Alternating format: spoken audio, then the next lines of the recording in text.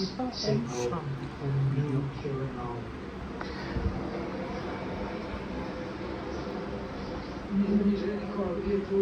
Gracious Father, we commend to your mercy our Pope Francis, whom he made successor of Peter and shepherd of the Church, a fearless preacher of your word and faithful minister of the divine mysteries.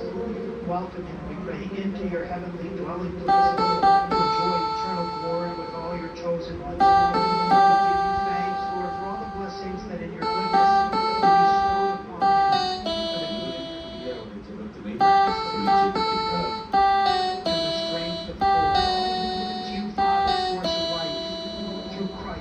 The conqueror of death, and the life-giving Spirit, be all honor and glory forever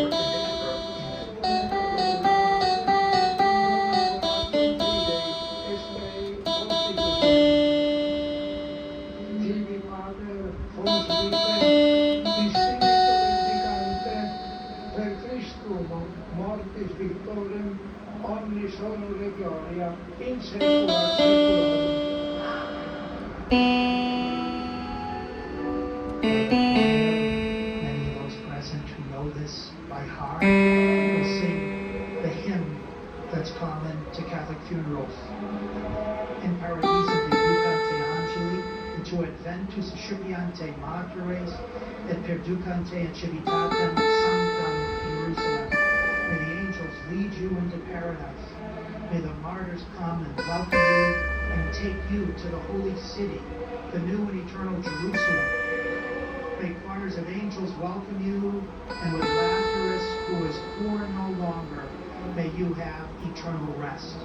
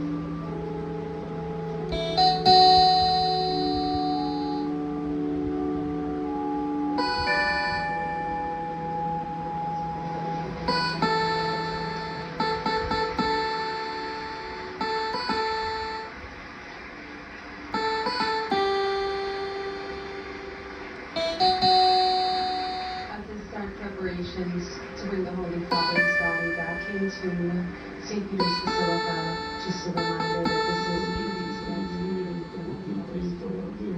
in St. Peter's in Rome.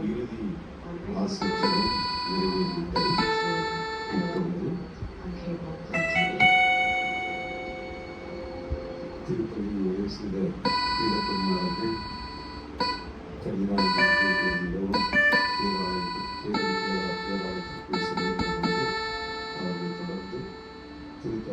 உடல் தாங்கிய அந்த பேரில் உள்ளே எடுத்துச் செல்லப்படும்.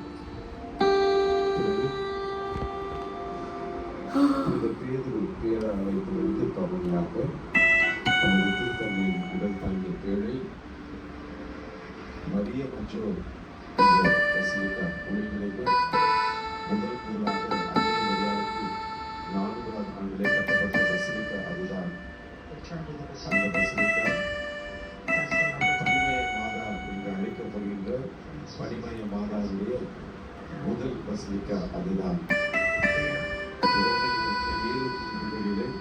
இந்த குன்றின் மேல் ஆகஸ்ட் மாதத்திலே வெளிக்காலத்திலே அன்னை மரியாதை காட்சியிலே சொல்லப்பட்டது போல அந்த குன்று முழுவதும் பனிமயமாய் இருந்தது. அங்கே அன்னை அவர்கள் அறிவுறுத்திய போல இந்த பசிலிக்கா சேரக்கூடிய 5ஆம் நூற்றாண்டின் தொடக்கத்தில் உலகிலேயே முதல் முதலாக அன்னை மரியாதைக்காக கட்டப்பட்ட பசிலிக்கா. இன்றும் ரோமனுக்கு செல்கிறவர்கள் அந்த பசிலிக்காவை சந்திக்கலாம். அங்கேதான் நமது திருத்தந்தையுடைய உடல் அடக்கம் செய்யப்பட இருக்கிறது. இந்த பசிலிக்காவில் தான் நற்செய்தியாளர் லூக்காவில் வரைந்த அன்னை மரியாதை வரைந்த திருவுருவப்படம் அங்கே ஸ்தாபனம் செய்யப்பட்டிருக்கிறது.